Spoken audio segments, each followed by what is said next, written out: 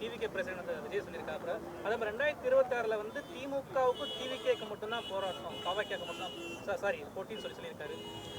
அப்புறம் விஜய் அவங்க சொல்லினா அப்புறம் விஜய் நீங்கள் மதிக்க மாட்டீங்கல்ல?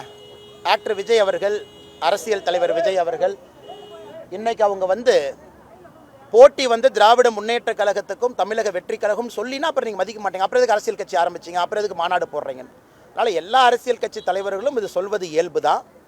மக்களுக்கு தெரியும் இன்னைக்கு போட்டி என்பது தேசிய ஜனநாயக கூட்டணி 2026 ஹரியானைக்கு ஆட்சிக்கு வருவதற்கு தயாராகிவிட்டது மக்கள் மனசில். என்னை பொறுத்தவரை இன்னும் வாக்குப்பெட்டியில் மக்கள் எல்லாம் ஓட்டு போட்டு அந்த எண்ணிக்கை முடிந்து அதிகாரப்பூர்வமாக மக்கள் சொல்லணும். மக்களுடைய மனதில் தேசிய ஜனநாயக கூட்டணி வந்துருச்சு.